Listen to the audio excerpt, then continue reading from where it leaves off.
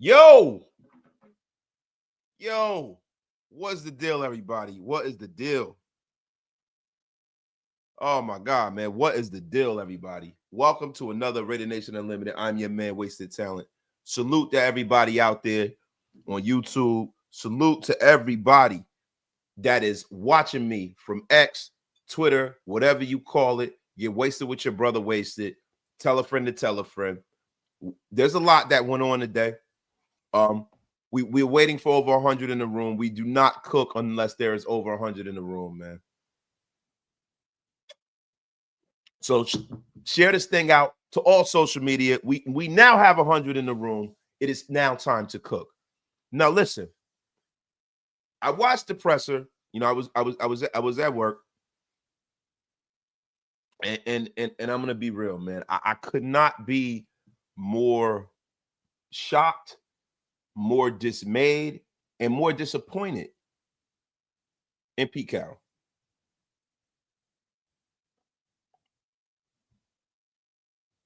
And I'm gonna be 100% with you guys, right? As I always am. You know, I am not a fearmonger. I am not a person who calls for people to be jettisoned from the Raiders. Look, I am not one of these guys who think that everybody needs to be fired, because if we're being real, you know, that's part and parcel of the problem with the Raiders, right? Like, we have not been the most consistent group of people, right? But and I might be a little hyperbolic, right? But I'm worried. This press conference worries me. The way the season has been throwing out so far, it worries me, right? Because, you know, throughout the offseason, most of us have identified the fact that there is an issue with the offensive line. Most of us have identified the fact that we need a corner. Most of us have identified the fact that some of the moves that were made during the draft, once you take away the excitement piece of it and you start looking at where some of these other guys have went, you start to sit up here and you're like, man, you know, you had guys, you know, and I'll get into this a little later, right? But you have guys like Luther Burden and Will Johnson, right? That were there. Will Johnson is balling. He's one of the best corners in the league so far. I know it's only 3 games in, but he's balling. And you can't tell me that Will Johnson couldn't have helped this football team more than Jack Besh. And then now I have Pete Carroll in a press conference. Man, saying some interesting things, man. Saying some interesting things. And, you know, look, man, I think it's time to allow Pete to tell you guys in your own words. This is a press conference reaction at first, the beginning of the show. So we're gonna go through the presser, and we're gonna stop it. We're gonna go over it, guys. Like that, is that what you're talking about? No, hold on. Wait. Now you heard that, right? Oh, let me go out here. Vinny B asked him, salute to Vincent Bonsier. Meredith at left guard, Dylan Parham was at right guard, and Jackson was at center. Would you consider maybe going back to something like that? Is that Absolutely what you're talking about? No, we've invested a lot of time with these guys playing in their spots. I know you're interested in JPJ. This is an official week to practice and to get ready. Last week was not that. So he's ready to compete for the playing time, and he and Alex will be going at it. So it's now. Hold on. Hold the phone. Hold the phone. Hold the phone. Do you guys mean to tell me? Now look, man, I am no NFL coach, and I ain't the smartest man in the world, but I damn sure ain't the dumbest. You guys mean to tell me that this man just told us that Jackson Powers Johnson is back and ready to compete for playing time with one of statistically the worst offensive guards in football over the last 4 years, maybe 3. Competing with playing time, bro. What else does this man need to see? What the only thing that Alex Kappa should be doing is competing for a foot up his ass out the door. Scott is not good, bro. He's not good to the point where, he was even worse than Dylan Parham. And guess what? Your brother wasted Will. The guy gave up 9 hurries, man. 9 hurries and a sack. And you mean to tell me that there's a competition for that level of ineptitude? Look, man, this is not something that I gain pleasure from. And this is not something that I enjoy doing. I don't enjoy coming on my platform and talking down on the Raiders. I have a lot of respect for what Pete Carroll has done before he's gotten to the Raiders. I was excited because it's like, all right, you got a guy that has a lot of experience, had a lot of success. Let's run it, right? But now I'm in a situation now where I'm starting to question Pete in a real way, because Antonio Pierce was smart enough to start that boy at center. Antonio Pierce was, but Pete Carroll isn't. And I'm not a big, I can't stand Antonio Pierce now. This is horrendous that Pete Carroll could come up here and try to disrespect us and tell us that they're competing.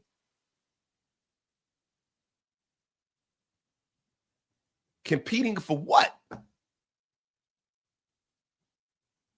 Competing for what?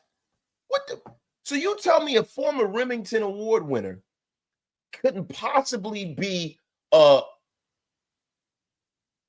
option for you at center? You get an offensive line that was ranked 18th in the National Football League last year, and now they are ranked at the bottom of the league. And you mean to tell me that you feel like just through some wizardry that this unit will get better throughout the season? Then you have a lack of physicality up front, and you have these little small offensive linemen up front. Look, man, it's early. We are at the quarter mark of the season. But the fact that it's not even an option, and they talk about all of the time that they spent, you spent your time wrong. Dying on this hill is an issue for me, and I don't give a damn what anybody says. This is a mistake. It's a mistake, bro. This is beyond a mistake. It's not a mistake, because if you see what's going on and you have the analytics and you have the numbers and you have access to more than we have, the tape, you know that this is either something that is born out of an issue with the way this kid goes about his business, or this might be something born out of the fact that, I don't know. I don't like to pontificate on some nonsense, but what I will tell you is that I question your sanity if you say that Alex Kappa and Jackson Powers Johnson are competing. Competing for what? The basement? This reeks of a stubborn old man. And I hope it's not like that, because he has such youthful energy and all of this other stuff, right? But let me tell you, if this man continues to roll this inept group out there on a week in and week out basis, I'm telling y'all right now, this is going to be a long season. It's going to be a long, long season. Now, what I can do is I can come here and try to find ways that they might can win. I can highlight and accentuate the positive. But this is something that, listen, man, you can't put lipstick on a pig, man. This is horrendous. And it's bad decision making. And if Pete doesn't wake up, man, he's going to lose this team, because you're coming in here talking about work hard, long hours. We all bought in. We all love football. And then you're not even, you don't have the humility to walk back a mistake. Man, get the F up out of here. Yo, my guy, RLP with the $5 holler. The first one of the day, the first super of the day. Appreciate that, man. I got to let you cut.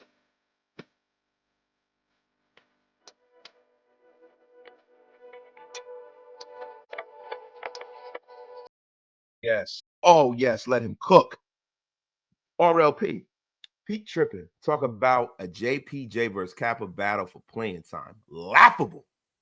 Bro, it's more than laughable, bro. It is borderline delusion on an offensive line that has been woefully just not physical at all. I mean, my God, David Walker, Brick City's very own, wasted. There is something sinister going on with this JPJ saga. They won't even hit the podium. Nasty effing work. Yeah, man. It's crazy. It's almost looking like they would trade this kid, which would be a mistake. And if they trade this boy, man, and he goes off and becomes an all-pro center, bro, I am going to lose my ever-loving mind. This is a family show. This is not Wasted After Dark, so I will watch my mouth. But God damn it, man, I just cursed, man. What the hell is wrong with me? I cursed again. What is wrong with me? The F is going on here. Jeez, man. My guy Hafi.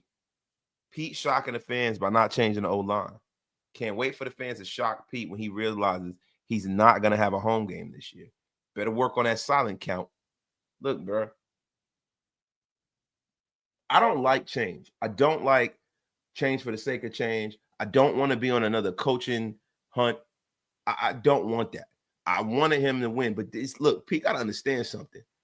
What he does here is going to define his legacy as a coach. It's going to define his legacy as a coach. It's going to define his legacy, bro. 100%. Hall of Fame coach, you better give us a Hall of Fame effort. But I am going to hold serve, right? I'm going to see what happens. I'm going to remain positive, right? But if we get dog walked by the Chicago Bears, if we lose the Chicago Bears, and if the Chicago Bears defense has their way with Geno, if Genty goes yet another game without approaching 100 yards with this offensive line playing like that. Now, Pete alluded to spacing. We alluded to that a little earlier in the week. Chip Kelly, the different hashes, things of that number. So let's see what happens there. But if this offensive line doesn't go from worse to about the middle of the road right now, I'm telling you, I am going to be screaming bloody murder for somebody to change this. And I cannot believe, we talk about Tom Brady. I cannot believe if he has so much swing in the building, why the hell is he not saying, yo, what the fuck's going on? Why is this kid not starting? Now, you got to let me know as a fan, right? Or I'm going to have to see what's actually going on for this to go down like this. Because it must be something way more sinister than we can imagine for them to take this kind of stance. This kind of stance is troubling. It's wrong. On so many different levels, bro. On so many different levels. Because, if you're getting physically dominated up front, you go get the more physical ball player, bro. You don't get these small guards. You don't take Dylan Parham, who played pretty damn well at right guard, with DJ Glaze. Communication, two young players, they were set there. And then you move him over.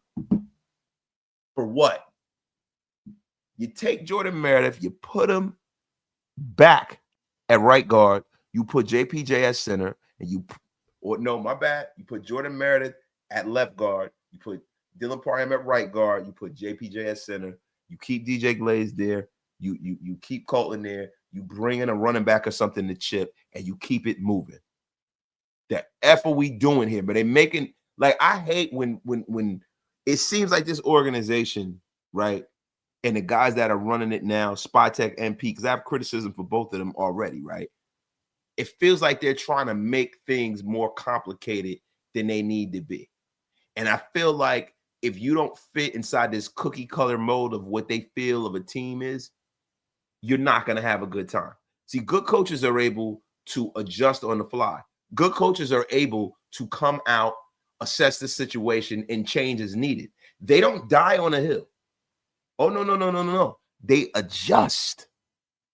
They coordinate. That's what they do. It's crazy, man. Yo, my guy, Viram. I think we are legit trying to tank. From JPJ not starting at center to them using Zeus for fucking kickoff returns and not using Mozart and taking Genty out in the third down scenarios. Make it make sense, bruh. Look, man, I don't know if my football acumen and mind can make any sense of this stuff.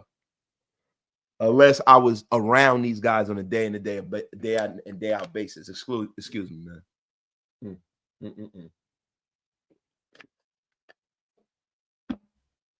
Oh my God, but salute to the chat, man. Salute.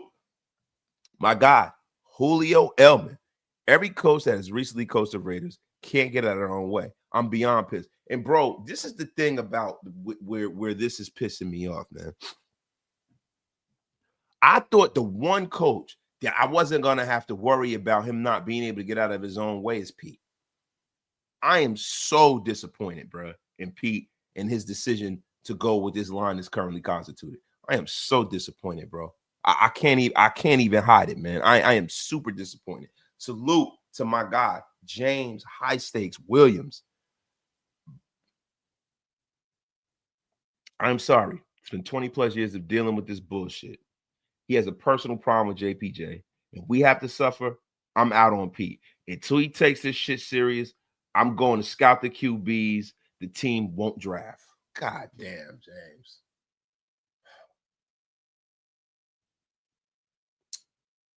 Man, dog, that's sad, bro. That's sad, man.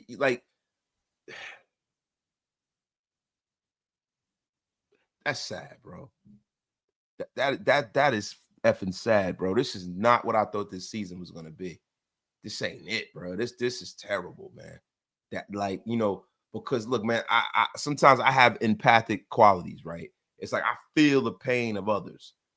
That is freaking terrible that this man who's a diehard Raider fan who is in here every live, kicking strategy around, hoping the team could win, would not meet us halfway on something like that. And then now my guy James Williams is not gonna really be tuned in, man. That's effing sad, man. It's effing sad, man. Salute to my guy, old school 1961. Compete? Question mark. JPJ is the only Marlin brawler we have on the O-line. His aggressiveness is exactly what we need. For once, I want to see the D linemen getting knocked on their butt, bruh. I do too. Now, I can't begin to tell you the thought process behind this. This is terrible, man. Terrible. Get your chill.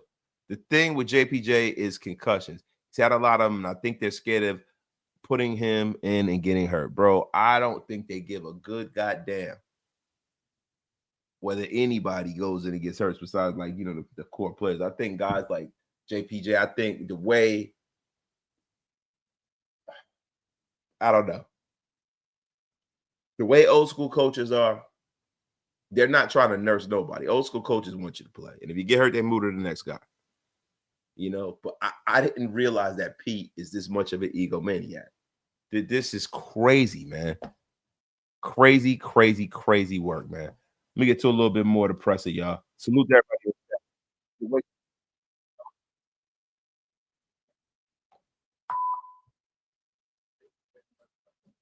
F up out of here, Pete.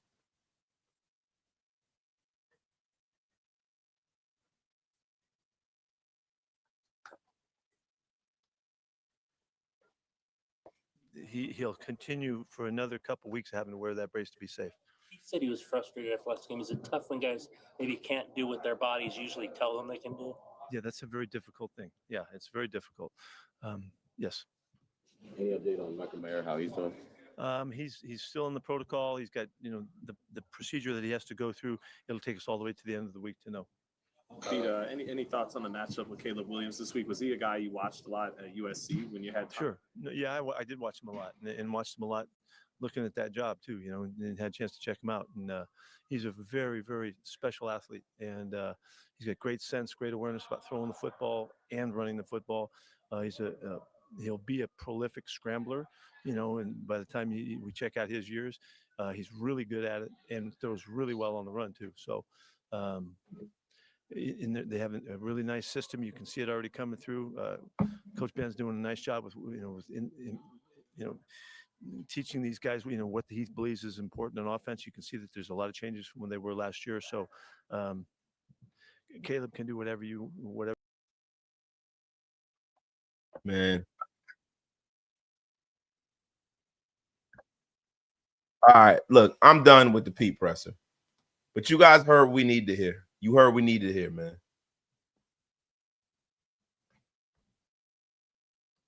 Keith Pardini, he says, wasted, hey, your glasses make you look like Eddie Ruffin. His name is David Ruffin, right? And Gino looks like David Ruffin. These are the old David Ruffin glasses. David Ruffin was the former singer, the lead voice for the Temptations, the first iteration of the Temptations.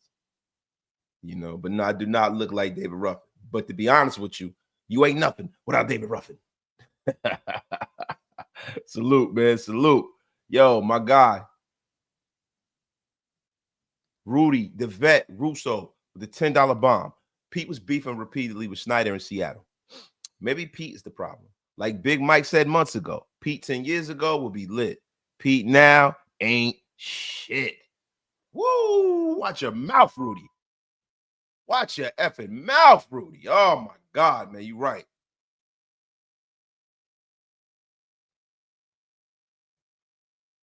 My guy, Rudy, talking about I'm coming to the Big Apple this weekend. Let's link up. Les, my brother. Les, man.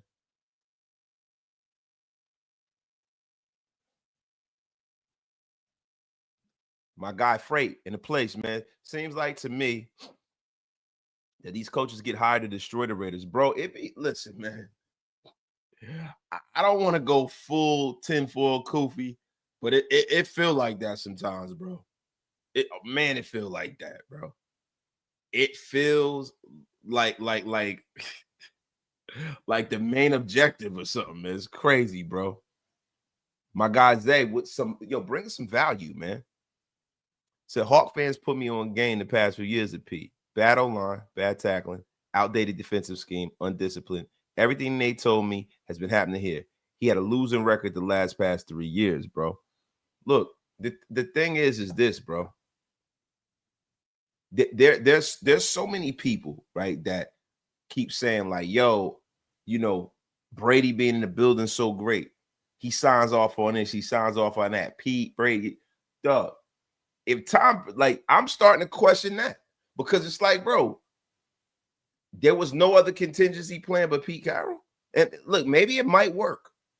All that compete stuff sounds great. But now we in the regular season, right? And now our offensive line is getting their ass kicked on a week in and week out basis. And now you got a defense that is going to get broke. They say bend, don't break. No, you're going to break because if you're on the field every 5 minutes, you're going to break because everybody's going to be tired. And they don't have a lot of depth. So what the fuck is you watching, Pete? Excuse me. It is a family show. What the F is wrong with me? What are you watching? What are you watching? What are you watching? I ask again, let me rewind it. What are you watching? I mean, what the F is going on here?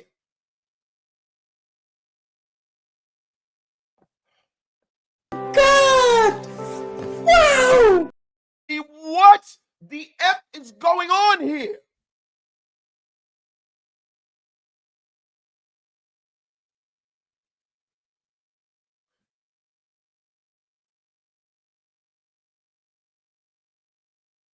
What's going on? How can you, just from a basic rudimentary football level, look at what's going on and be okay with it?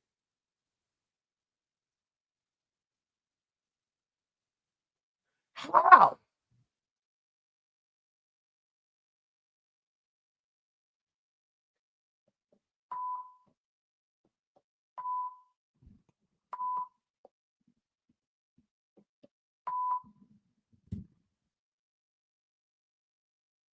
How do you look at this and sit up there and tell me that is competition? Why is there a competition for that level of mediocrity? I haven't played football with equipment on in like over 20 years. And I'm gonna be honest with you, bro. I'm an old broke down dude. Wasn't that good to begin with. Now, what I'll tell you is this, bro. I feel like I can do a better job than that. Alex Kappa look, I am not coming on here and being hyperbolic. I am not coming on here overselling things. I am not coming on here being disrespectful. Just by the raw numbers, Alex Kappa is one of the worst offensive guards in this league. Stamped. Just bad, right? So then you tell me that a former Remington Award winner does not have a chance of playing center, bro?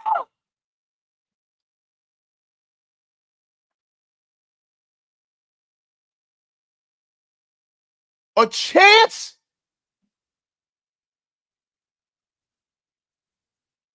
Alex, high stakes, Kappa?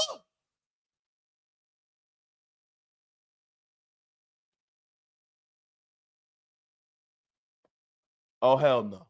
You can't tell me that. You can't sit up here and tell me that, bro. You cannot tell me that.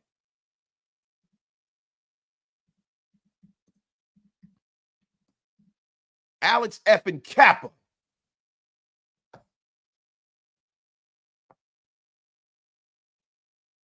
Bruh, Alex Kappa.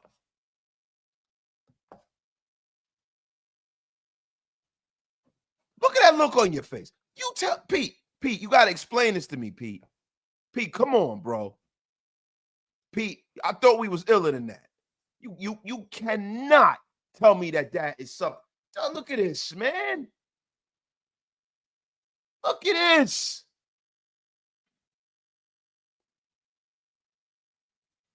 '71st out of 95.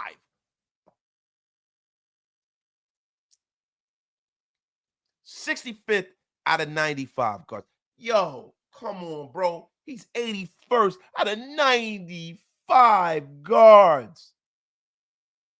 He's only played 136 snaps.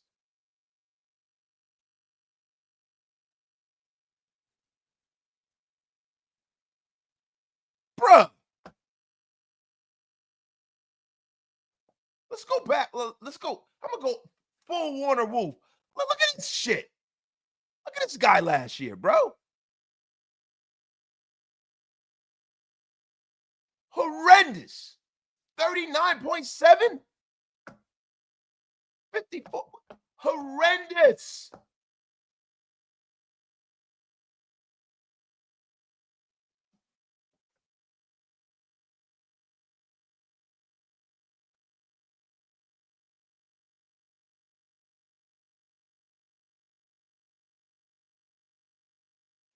Yo, the funny thing, Rudy, is he is so against this kid playing center that he will probably put Will Putnam in.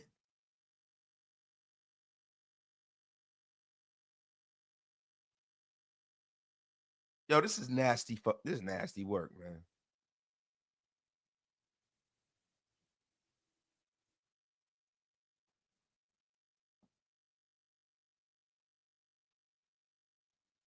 Look, man. I'm not going to blow a gasket, bro, for this team. I'm not doing it. What I'm going to tell y'all is this, yo. Pay attention to that Chicago game. Pay attention to that line in that Chicago game. Pay attention to Austin Gentry. Pay attention, bro. Because if it looks anything like it looked last week, right? Let your voices be heard.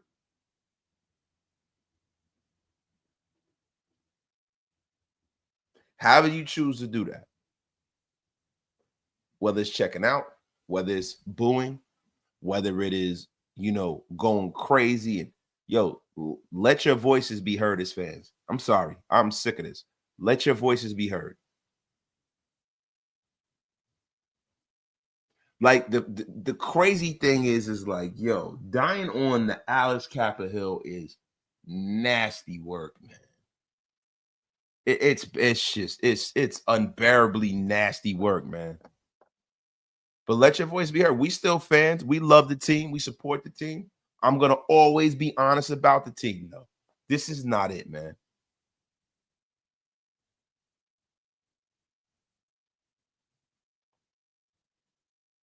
Bro, I'd rather have Trent Gummy Worm Brown here, bro.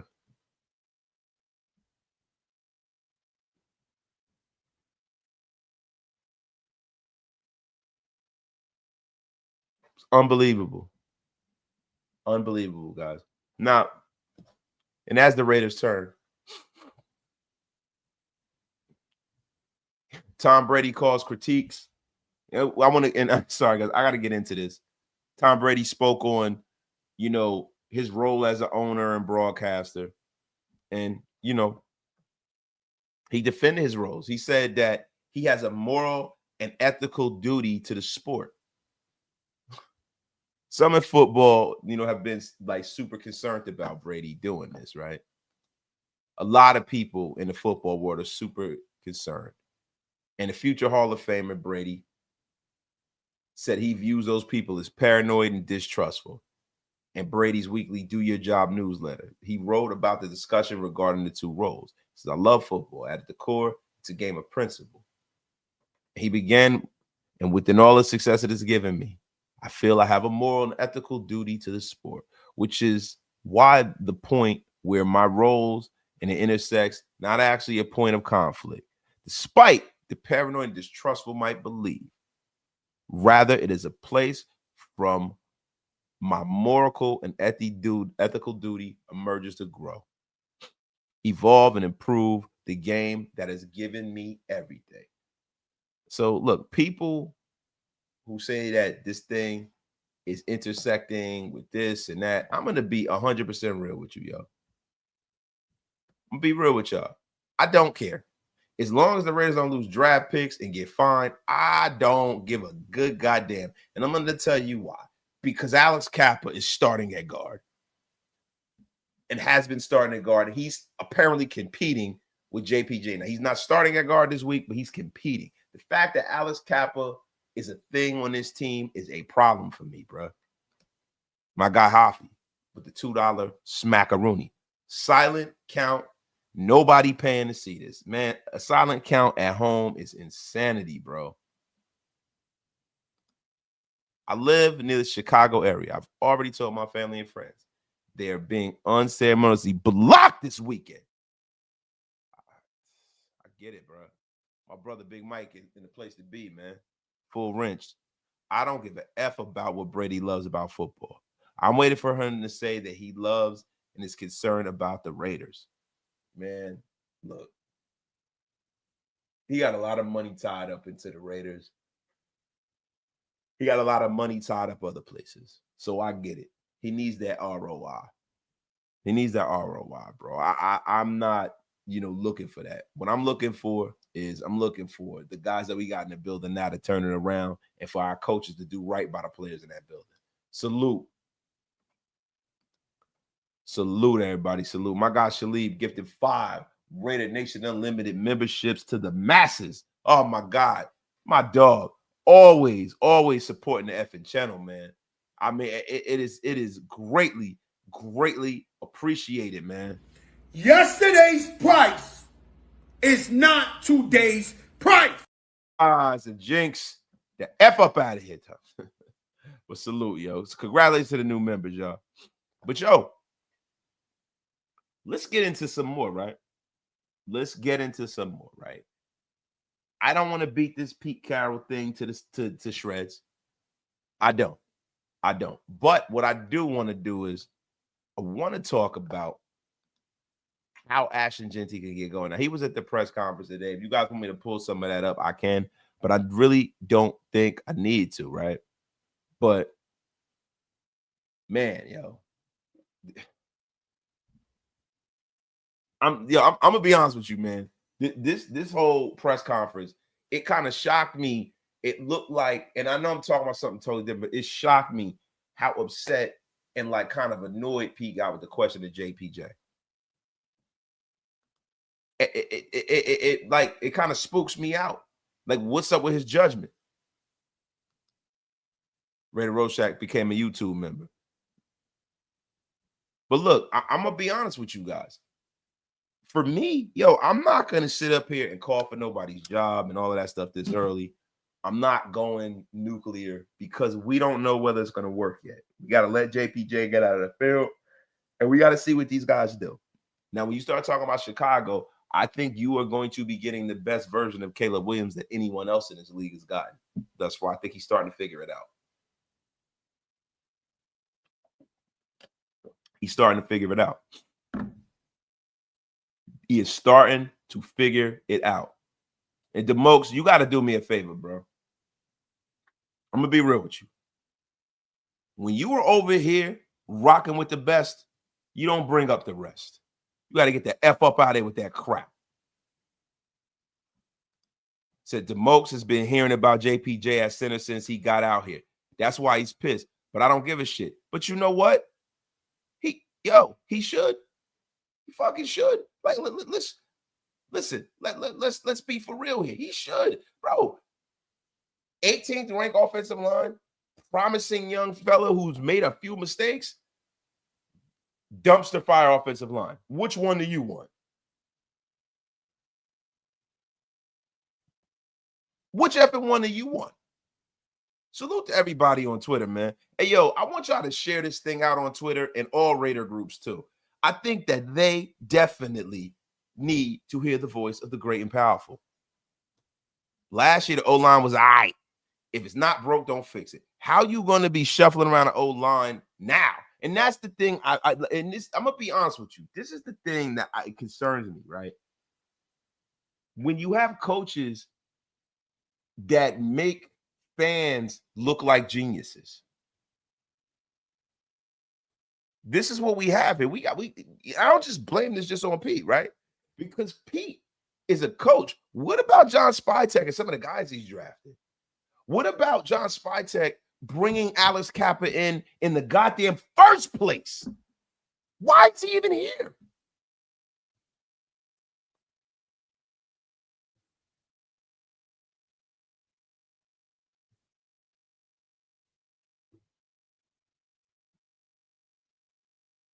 Why?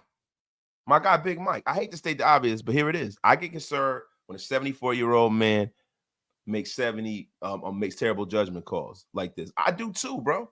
Because look, I don't want to be an ageist, right? But the thing is it just being stubborn? Is there a cognitive function here? Like, are we trying to serve two purposes? Like, set my son up and, in spite of his ineptitude, win? What are we doing here? What are we doing here? What the F are we doing here, bro? I need to know. What are we doing here? I need to know. Y'all got to tell me. Maybe I don't know, man. This shit is infuriating, bro.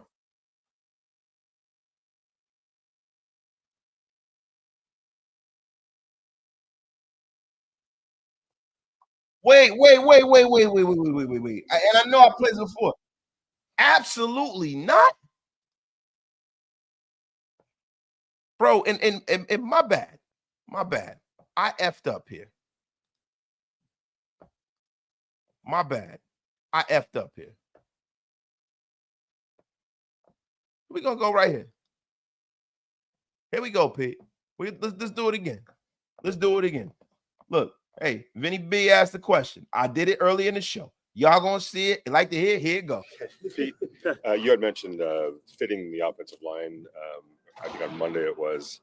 Last year, the Raiders finished with Jordan Meredith at left guard, Dylan Parham was at right guard, and Jackson was at center. Would you consider maybe going back to something like that? Is that Absolutely what you're not. No, we invested a lot of time with these guys playing in their spots. I know you're. So, this the thing. You've invested a lot of time in them playing in the spots, but what about these guys previous to you getting here? Because they invested a lot of time playing in the spots that they should be at.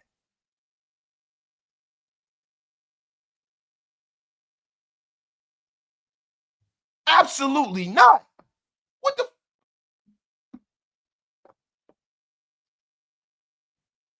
What's the tutorial that says you know what the fuck you doing?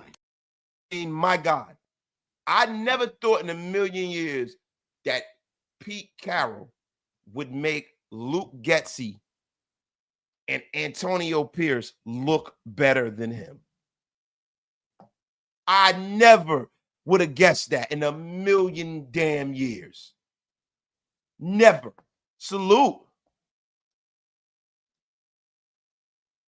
to Vixen 6. Appreciate you.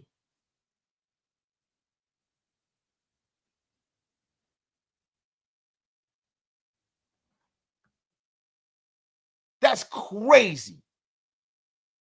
Absolutely not is crazy, bro. And I know all I've been talking about is the whole show. But my God, I can't get my mind off of anything else but this. This is crazy. This is getting terribly frustrating because Pete's offensive lines weren't good in Seattle either. And that is the thing. All of the chickens have come home to roost, like the great Malcolm X said. And yo, beyond the chickens coming home to roost, right? This is something that is very, very worrisome and cumbersome. We got almost 500 in the room. Get wasted with your brother, wasted. Tell a friend and tell a friend. At the end of the day, Pete is going to do what he thinks or his son thinks is best. They know at the end of the day, their job is based on success. And they are doing what they think is best for success, right or wrong. Larry DM, I get it. I am a pragmatic guy. I am an open-minded guy. I am a left-thinking guy. What happens when what you thought was right doesn't work? What happens then? It is the ability to paradigm shift to what is right in the moment that propels a team in the basement from the outhouse to the penthouse, right? But not having the ability to adjust on the fly is nasty work. My brother, it is nasty. My God.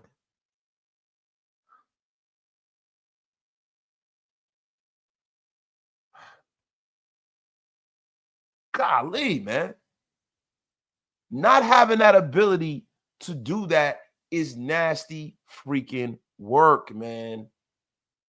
You know, you sit here and we have these lineups, right? We have these lineups.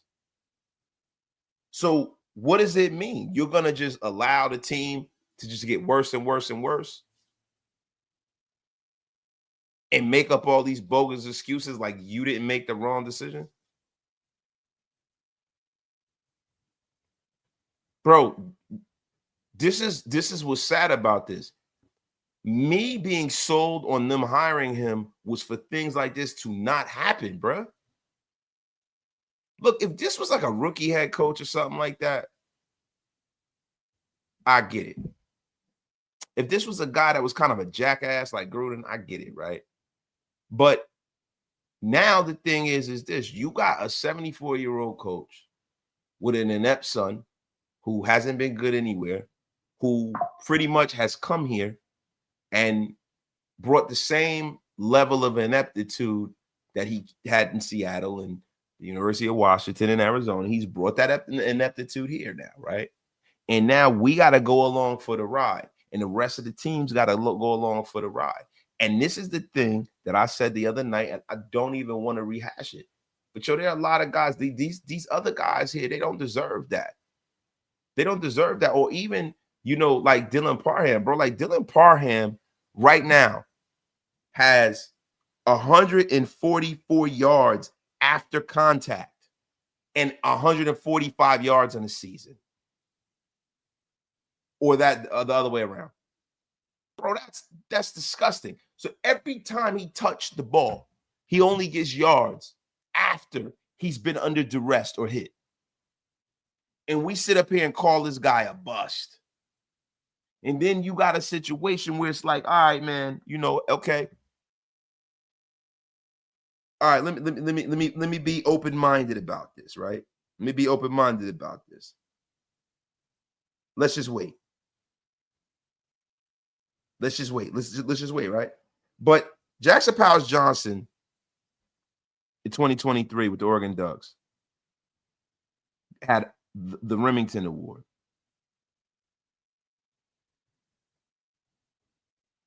When Andre James went down, he approached Antonio Pierce on the sidelines saying respectfully, I'm going to play fucking center. I won the Remington. I can do it.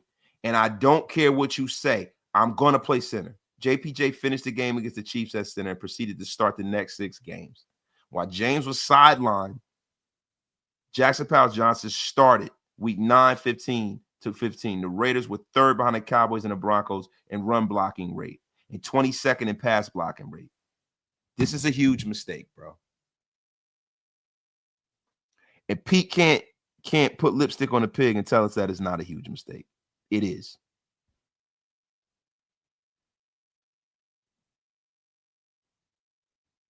I'm sorry. Yo, my guy Third Eye Blind with the $5 slapperoonie. I never wanted Pete here because of what he did to Marshawn. So, look, there are some people saying that it's a personal issue and things of that nature. I won't get into that. I won't touch that. I don't like the bullshit, like, innuendos and things that are made up. I can only deal with what's what right now. Is this a situation like Pete being stubborn and not giving Marshawn the ball and losing the Super Bowl? And this is crazy because for me, I didn't think he was stubborn like that. But now I'm like, well, damn, he did lose a Super Bowl doing some dumb shit. Marshawn loves Pete, but he didn't love him in that moment.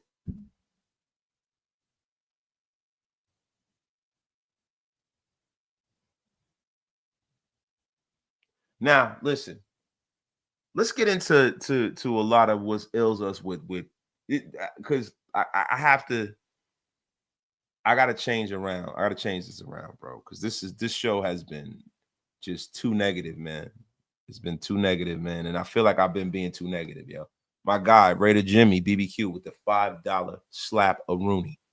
Wasted. I was at the home opener, and Pete looked like Joe Biden out there walking around. Raider Nation showed up, but not the Raiders. Damn. Called my man Joe Biden. Oh, my God, man. Bo Rock, the way we're playing, how many wins do you see us getting? Because I see 2-15. Bro, I see this becoming, relatively more of the same, right? And then at that point, what do you do then?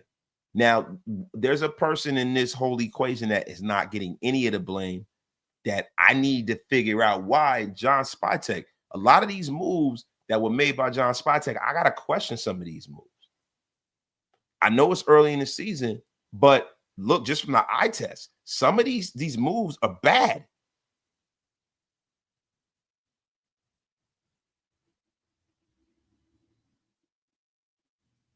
Some of these moves are bad. And they're going to have to prove us otherwise, man, against Chicago. S-Dot, look, man, I'm no Debbie Downer. But this O-line has gotten first and second string running backs and QBs last year injured.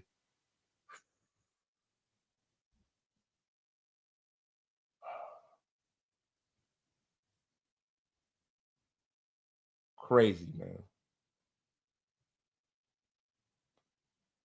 Crazy. Craziness, man. So look, y'all. You know, I just don't know, man. I don't know. I don't have the answers, man.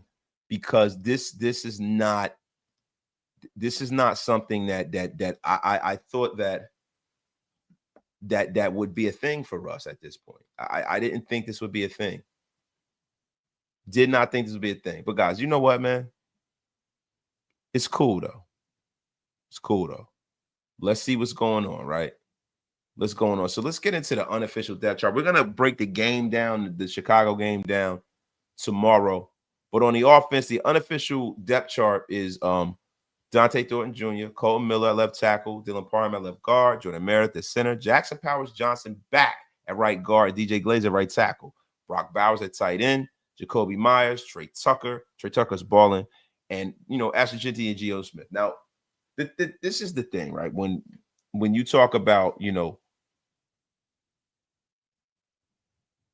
some of the mistakes that were made this season, right? The whole Brock Bowers thing. Brock Bowers is not 100%. He has a brace on his knee that he's going to need to wear. Pete touched on that. I just hope that we get explosive Brock Bowers back, because Brock Bowers not being up to 100% spells doom for the Raiders, man. It really does. We need 100% of Brock Bowers. And I'm telling you now, if it's to the point where Brock Bowers can't really compete on a certain level, I think it's probably time to sit him down and let that knee heal. A lot of people let him play, but I don't want him nursing that knee to a point where it becomes a problem in his career for him. But a lot to do with whether it's a win or a lose is the style of play too. It's the style of play too, man. It's also the style of play. I don't want to lose, but if it's a competitive game, I can always wrap my mind around a competitive game. I don't do well with blowouts in non-competitive games. And then it gets to the point where if you're 1-3, and you start going into that stretch where you're playing teams that you probably got red circled to have a good chance against, and you don't beat those teams, then it's time to sit Brock down, man. I would rather them, if Brock needs a knee, I would rather them let that man rest for the entirety of the time until he's 100% to save his career. It's no reason to rush Brock back. It's no reason, bro, because the way this is looking, bro, Gino don't have enough time to get him the football any damn way, man. My guy, Steve Richards. The Raiders' offensive defense looked pretty good the first game. Then the wheels flew off. What the fuck? Because we were playing another team that was 4-13, bro. So it could be a bit of fool's gold, because the Patriots are not good either. But the thing is this, I firmly believe that the Chargers game was a game that the Raiders definitely could have won. I wasn't super. I was upset about the Charger game, but I wasn't shocked and dismayed about that, right? The Washington Commanders game is the game that kind of has put that seed of doubt in my head. That's a bad loss, right? And it's a decent football team, but you got a situation where Deron Payne is a dog, but Deron Payne is one of the only guys on that defensive line that really get after it like that with Washington. And they absolutely destroyed us, bro. And that's the thing. That's the thing, bro. And I'm hoping nobody is sandbagging it out there. My God, DeMarcus, if we keep losing games, I'm definitely going to some home games. It's affordable. Then bang, zoom, bang, bang, zoom. Oh, my God, bang, zoom. But Brock Bowers is one of our foundational pieces, bro. And they need to do a better job of taking care of that kid.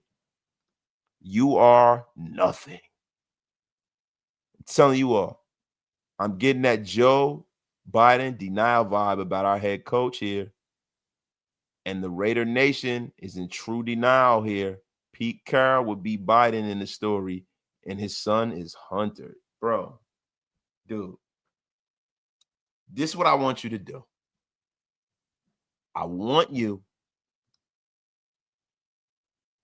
to get the F out of here with all of the political talk, and I'm going to need you to do this. Angry man, what you doing here? Man, sit your ass down. Man, sit your ass down, man. Nobody want to hear about no political talk about a former president. Man, get the F up out of here with that crap. Now, I understand. Look, I like what you did there.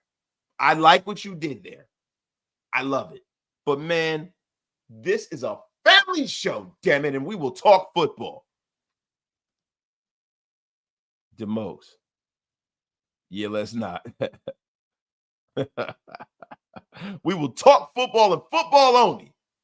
The hell is wrong with you? Salute to the fly wonderful Raider Deb. What is the deal, yo?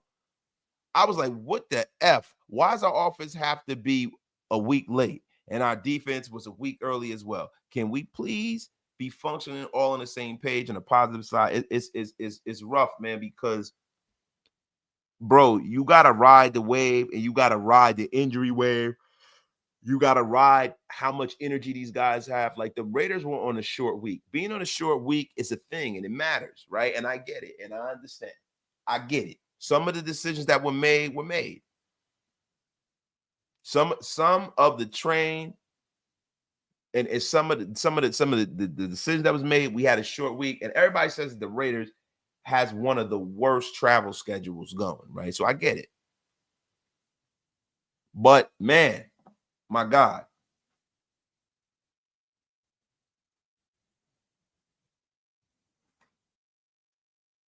But yeah, man, listen, we're not talking about this no more today. We'll talk about it tomorrow, man. McBurger, McDoucher, you are nothing. Haha, you stole my vibe, but you can't have it. Scary, funny, but true. Y'all stupid. Yeah, that's right. DeMosa, I just want to enjoy Raider football and look like a damn hand puppet. That's all he wanted to do. Yo, Reese Rock, we had 12 different mistakes in that game. We only had 8 or 9 mistakes, replaced 3 plays with execution, and it's a 7-8 game with a whole quarter to go. We kept giving up terrible TDs. And listen, bro, the offensive line is not the only problem with this team, right? Like the special teams did not play well, right? And our defense was, overextended and overmatched. So, there's a lot of work to be done. And if we're going to talk about this competition stuff, man, Pete, you got to have to get it together, bro. Got to get it together, bro.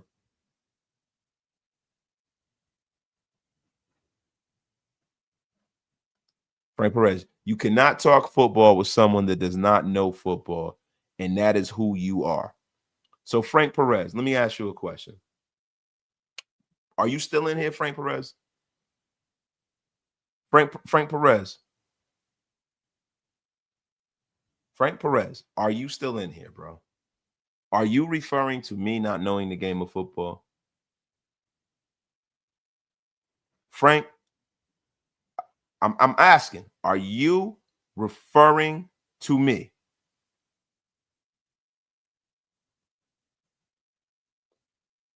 Where you at, Frank? Frank effing Perez? Are you trying to tell me that I don't know football? You know what I do know, Frank? I know that, listen, you don't even believe that. You don't believe that, Frank, because you wouldn't be here. So he's saying yes. Frank Perez, you know what I do know? I know how to block your punk ass. That's what I know, Frank Perez. Get that F up out of here. That's what I know how to do. If I don't know ball, I do know how to block people. Get your punk ass up out of here, Frank. That F up. Man, you a bitch. F up out of here, Frank. I've been waiting to block somebody. That F up out of here, man. I'm in a bad mood. Frank Perez, I've been waiting. Frank, I'm almost happy you said that, man. He's not going to the gulags. He's blocked from the channel permanently. Frank Perez, fuck you and a horse you rode in on. If I don't know football, man, then goddamn it, man, I don't know who do. But what I do know is that your ass is in the gulags, holding it up. Get the F up out of here. We never knew ye. He has been banished to the shadow realm. Frank Perez, what a effing bum.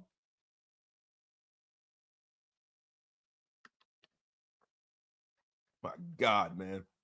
Oh, my God. Frankie. Thank you for making my day. He must have been a little cranky, man, right?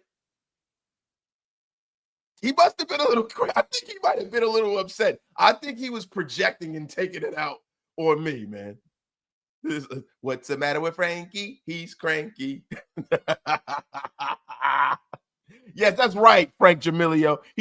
Frank Perez is making all the Franks across the nation look bad.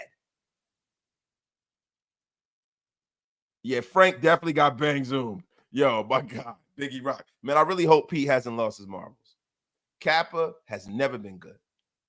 But why doesn't someone say it to Pete at the presser? Because I would. Thing is this, man. You can't go in there. Cranky Franquito is gone. He's out of here. But look, man, thing is this, man. You as a beat writer, right? These guys, you got to understand something. These guys got to go in a building and they got to walk a certain line. You can't just go in there antagonizing the head coach all the time. You can't, right? It's a delicate, like that's why I give a lot of the beat writers.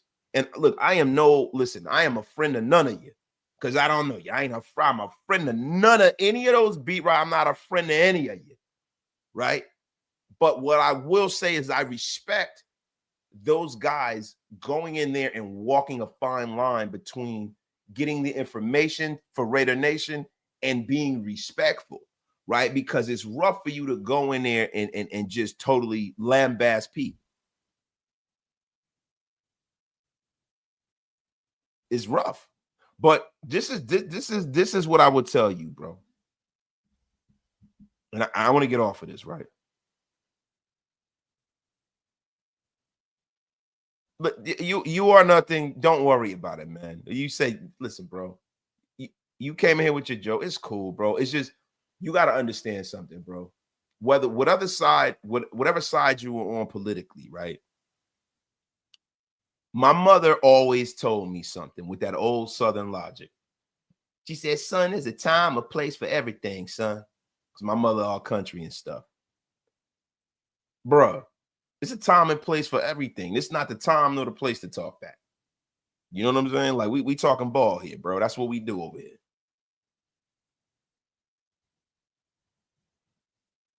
And Kenny Clark, you're right. Spytek does need to be held accountable. He does, bro, because this roster. So, because this is the crazy part. You draft all of these guys, right? You pass on Luther Burden. You pass on Will Johnson. You pass on all of these guys, bro. And then the guys you drafted are not good enough to play now? What the fuck? Why is Caleb Rogers not playing? If you're not happy, even if you're not happy with Jackson Powers Johnson, let's just say that. You're not happy with Jackson Powers Johnson. You're not happy with Alex Kappa. Why is Caleb Rogers inactive? Why all these guys that you drafted with premium draft picks passed on Mimbu? I'll say it, but that's Genty. I'm cool with Genty. My thing is this. I'm cool with Genty. You get the F up out of here with this crap F dot. But the thing is this. You pass on all these dudes that could really help this team. And then you have them inactive? Why the fuck are these guys inactive?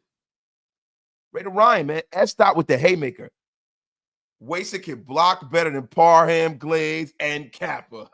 Listen, that was a haymaker, man. Salute to the great and powerful S dot. Jackson Slater. I mean, my God. I just need for John Spytek to come to the front of the congregation soon. The season's not over yet. We don't know how good these guys are going to play. And this is the reason why me as a content creator, I am not going to, in a podcaster, I am not going to paint myself in the corner. Because what happens if these guys start to play and play well? Then now I'm in the corner, right? I've made Like, listen, bro, I don't like to pontificate on nonsense. These young men that were drafted ahead of some of the people that are playing now and doing well haven't been on the field very much. So until I see them on the field, I am going to reserve judgment. But what I will say is that when you look at this Raider offensive line, right? The Raider offensive line largely was not built when we were at our height in 2016 and stuff. That line was not built through the draft. That line was built through free agency, bro. That line was built through going out there and go getting Rodney Hudson. That line was built through going and getting Donald Penn Pancake. That line was built through going and getting KO, Kelechi Osemele. Yeah, we drafted Gabe Jackson, right? But that line, they went out there and got Austin Howard. They went out there and got guys like Khalif Barnes. They went out, like, so you can craft an offensive line without drafting these guys. You can. That's one of the reasons why I don't have a problem with them getting Aston Genty. You can go out there and craft a coherent line without going out there and I mean, listen, you had Mekhi Becton out there. You had Laramie Tunsil out there. I mean, my God, you could have brought both of those guys in. You could have brought both of those guys out there. You had some centers that were out there, was starting level centers, if you weren't sold on JPJ.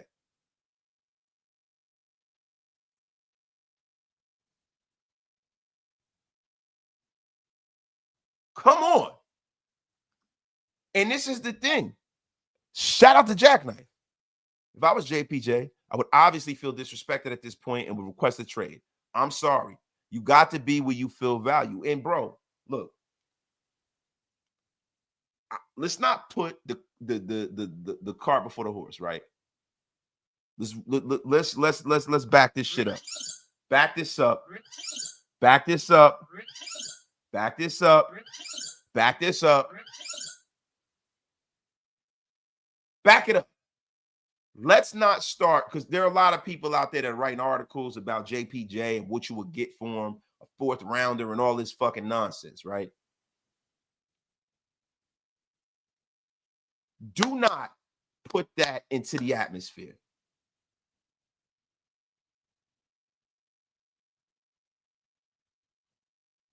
Do not do that. Because if he's on the field, I'm going to say it one more time. If he is on the field, then that means that he's not being disrespected. He's playing.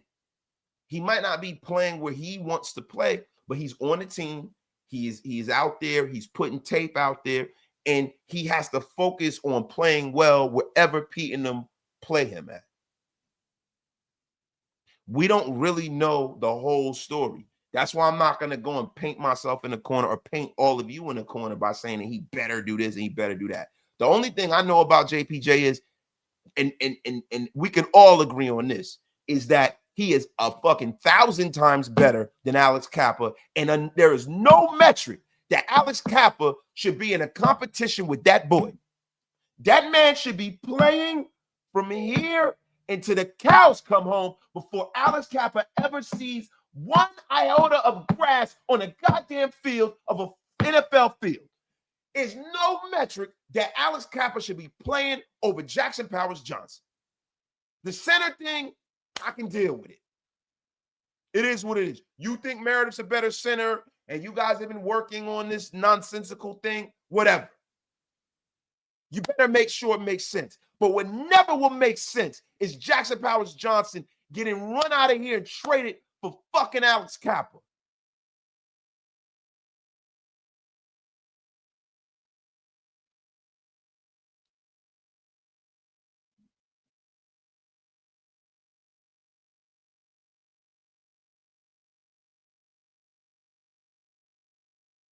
Compete my ass. You're going to be competing the F up out of here, bro. Look, I like Pete. I respect the energy, but there's so many things that this game signifies, this Chicago game signifies. And I won't do it justice today. We will be back at you tomorrow. But this game signifies a lot of things, right? The difference between 2-2 and 1-3 from a perspective standpoint is as big as the Grand Canyon in Raider Nation right now. For other teams, it ain't a big deal. For us, it is a huge deal. It is the perception that things are trending up or things are trending down as usual. Things are manageable or things are the same old shit. And if it's the same old shit, then if we feel like this, how do guys like Max Crosby feel? Right? How do guys like that have been here, right? How do these guys feel now? How does Colton Miller feel? Does Jacoby Myers even want to stay here now? How does everybody feel, bro?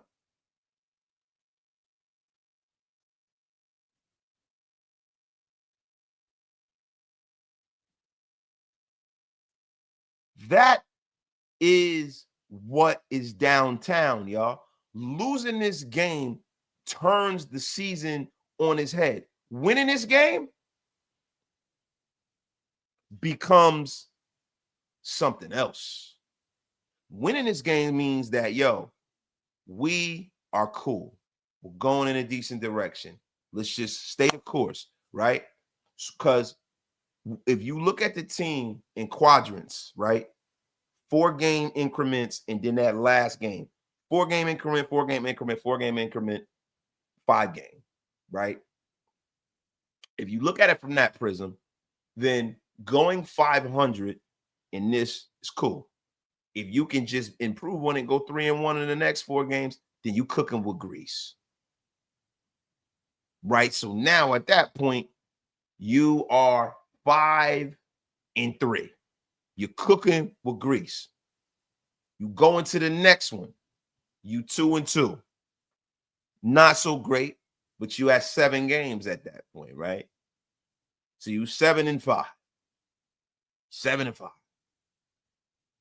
Then you go into the next 5 games, and then you get to 10 games, you get to 10 wins, right? So if you go 3-2 in the last 5 games, you're at 10-7. You got a chance. You got a chance. If you can do better than that, you got a great, you almost punch your ticket to the playoffs. That is what's downtown. Now, everybody says we're not winning with this offensive line, right? We're not beating the Bears. I'm not going to sit up here and say that at all, right? That's not my spirit. I believe that we can win. I believe there's a way that we can win. I believe that it'd be infinitely harder with, the guys that we have up front, right? But that means you can't make as many mistakes. But this is one thing that we need to remember.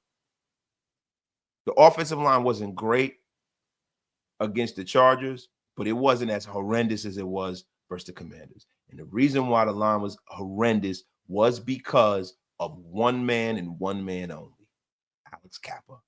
And then the week before that, it was because of Dylan Parham, right? So this is the thing for me, right? JPJ, no Alex Kappa, go get one of the kids and put them with just let's try something here. Go get one of these kids, put them right where Dylan Parham is once he plays bad, right? Then as well, right? Why haven't the Raiders kind of paradigm shift and brought an extra offensive lineman in as a tight end? They have the ability, right, to still be able to really stretch the field with some of the guys that they have by bringing in a block like a guy, like even a guy like Tassi, bringing Lockie Tassi in at tight end, just as a guard. Maybe bringing the rugby guy in and making him a fullback and using a fullback, right? Like drawing it up in the sand a little bit, right? There's a few things that I want to see out of this game. One, I don't want to see a lot of shotgun. I think that the Raiders need to get that center to quarterback exchange together, start handing that ball off and trying to really, really commit to the run in the real way.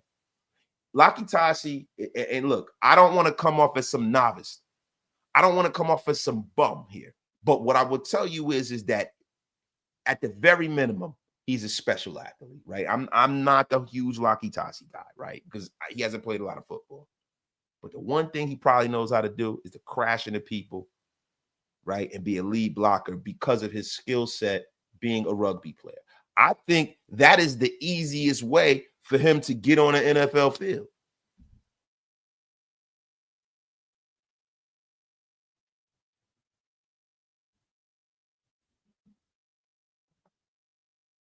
I'm gonna be honest with you.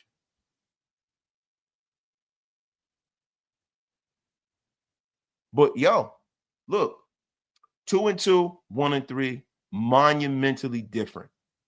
Monumentally different. Monumentally different, bro. Like, look, I can't make it any plainer, bro. It's like every week I feel like I'm coming here and I am talking about what they need to do.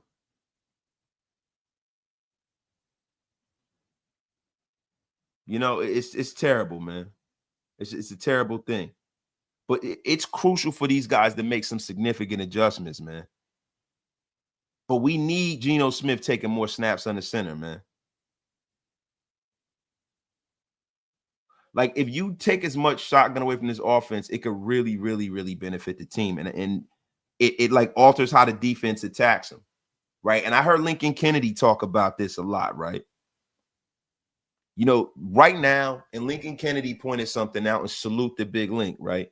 He said that our tackles struggle with speed, right? And they're getting pushed back because they're turning their shoulders too early in pursuit of the rusher, right? That leads to the pocket collapsing around Geno, and Geno has to try to make a play. I'm gonna be real with you. I think it is wholly time for the Raiders to keep it simple, stupid. And Lincoln's been on Chip Kelly's head too, man. He been on his head, man. Let me read some of these, man.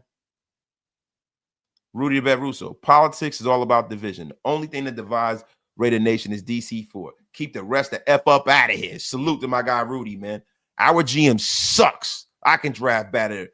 Holla at me. Damn. Pessimistic Frank back being pessimistic again. My guy, Hug D's with a $20 holler, man. All I want to know is, how are those game film reviews going in Henderson? Are they sharing rib recipes or playing effing patty cake? They better have all the hands on deck figuring out their life. We didn't sign up for this ish wasted. No, we did not. We did not. My guy, AC Ybarra, been a member for 23 months, man. 2 years, man. Spitting straight facts. You heard? My dog, man. The philosophical wasted is what the nation needs, bro. Look, man, I hope my guy S. Dot, issues like this is scary for Geno and Genty. I don't like this hope stuff. People are going to get injured out here. Yo, you got to chill, bro. You got to chill with all of that shit. S. Dot.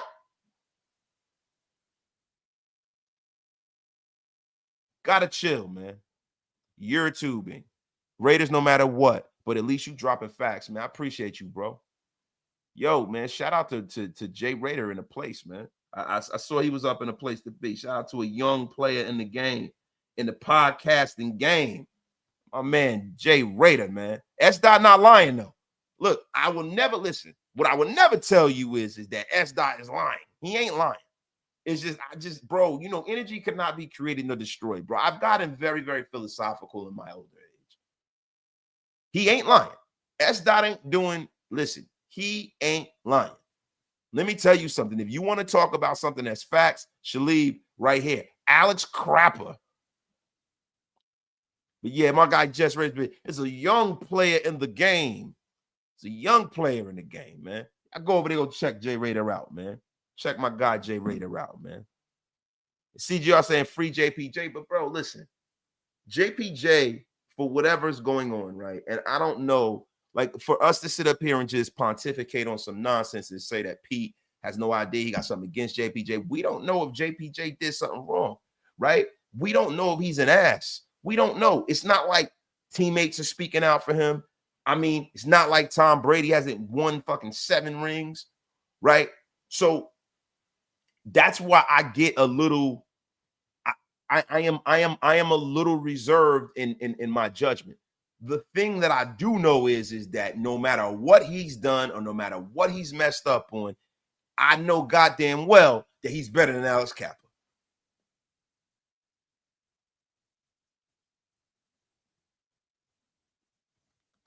Big Lil Bosco, my dog. What's up, Wasted OG? Speaking of Professor Kennedy, he made me think about JPJ's concussion situation. It might be so bad that we got to get prepared for life without him. That's HIPAA law. Might be why there's no info. Bro, look, thing about it is this, right? It's HIPAA, but it's not, right? Because it is in a sense where when these guys get injured, they report on their injuries. That's the NFL rules, right? It's not like they have to keep it. You know what I mean? It's not like when you hear about what happens to people, it's like, oh, he had some sort of injury, right? And it's not like with JPJ, we didn't see him get a concussion. We saw the guy get a concussion. We heard about it. We saw it. We know that's what the problem is, right? The thing is that if he's had a lot and he's at like a threshold where it is becoming an issue for his career at large, i.e. to attack or to turn the ball over, to attack the little turn the ball over, whatever. You know what I'm saying? I'm going to go full Mike Francesa, to turn the ball over. That's how Mike Francesa would have said, the sports pope.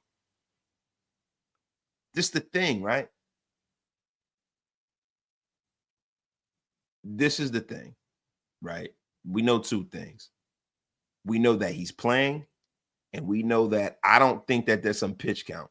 Pete Carroll is not worried about 5 years now. He's worried about now. He's going to play that dude, and then whatever happens, happens. And I think that's what it is. If he gets another concussion and medically he can't play, then that'll take care of itself. But you can't like preemptively protect somebody from getting injured, bro. I really don't. I don't believe that, Big Lil Bosco. Like, real right, man. Seriously, bro. Seriously, man. And we don't know what Dalton Wagner is, bro. At this point, we don't, man. My dog, Brennan Carroll is also the Raiders' run game coordinator. No wonder it's been looking like crap. It's one common denominator with our struggles. And yeah, it is Brennan Carroll, and is the fact that Pete has his son on the pulse of both of those groups, right? And this is the thing, right? We're not the only ones who can see that. So you think we're upset if he's truly inept and the people on this team don't believe in Brennan Carroll? Eventually, cracks will be in the armor. Eventually, you will hear it from people in that building who suit up every week and take snaps and hit each other for a lot of money, right? Because they're the ones who are putting their damn life on the line to play this game. These are the guys that are playing their life on the line. So this is the thing for me, right? Last year, there were 2 things that happened last year. It was Jackson Powers Johnson becoming center and Joe Philbin kind of taking over the role. Now, the thing is this for me with the Joe Philbin thing, right? You would think that Pete Carroll coming into the building would lean on a guy who was here last year. He's one of the guys who were here last year. And that's one of the reasons why they kept Joe Philbin, right? One of the reasons they kept Joe Philbin was to keep some kind of level of continuity in the building. So I have to ask something. I got to ask something. How did Joe Philbin feel about this? Kind of makes you think.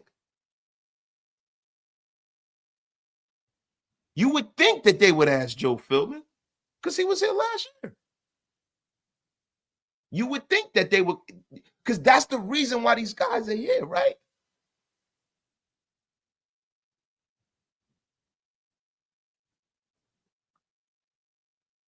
Yo,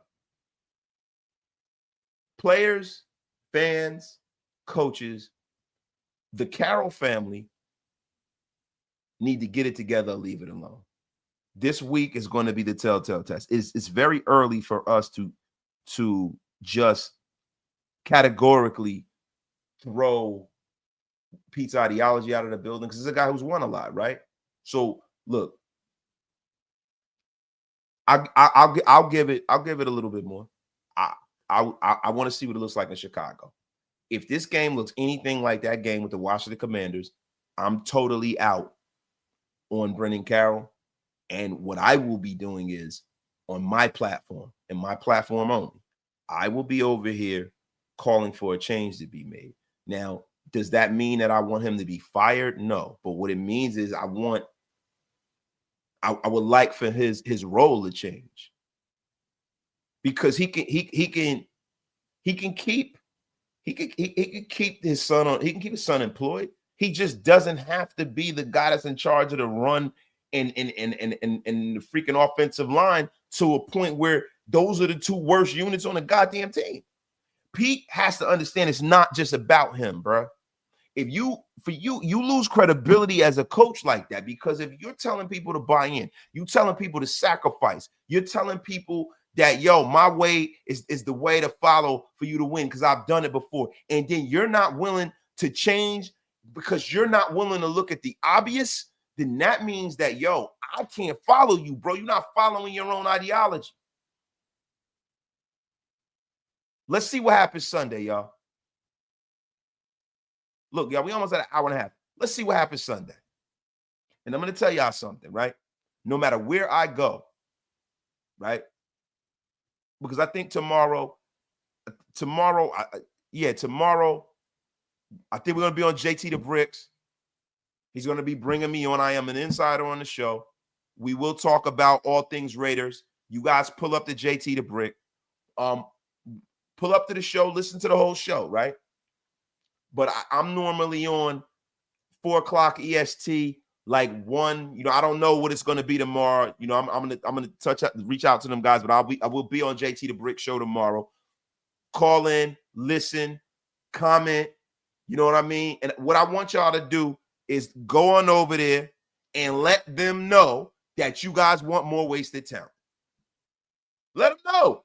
Let them know, man. Show them the power of the wasted talent army, guys. But guys, I want to let you know something. Countdown to Meltdown is Sunday. We got to see whether or not this is a season that we can still believe in these Raiders and that progress is being made, or this is just more the same, yo.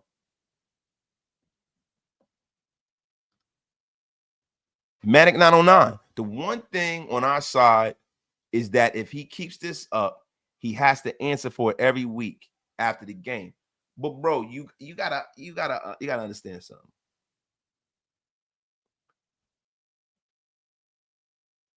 You gotta understand something, bro. Him answering for it and him giving a shit is two different things, right? Because it's hard to tell a person that's as accomplished as Pete Carroll, that has made a lifetime of being a professional. And I touched on this the last show. A person who has won on every level of football. It's very hard for a novice or a reporter or a fan to tell Pete Carroll that he's wrong and you right. Because what prism do you have to lean on? For you to get to where Pete Carroll is, you kind of got to do things your own way. Most of the time, coaches like Pete Carroll don't figure it out until they start doing it their own way.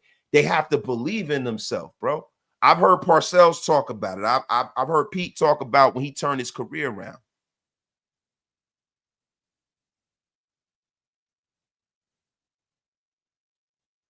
But understand something. We'll be back at it tomorrow, yo. You guys have a great night, man. Love every single one of y'all. Peace.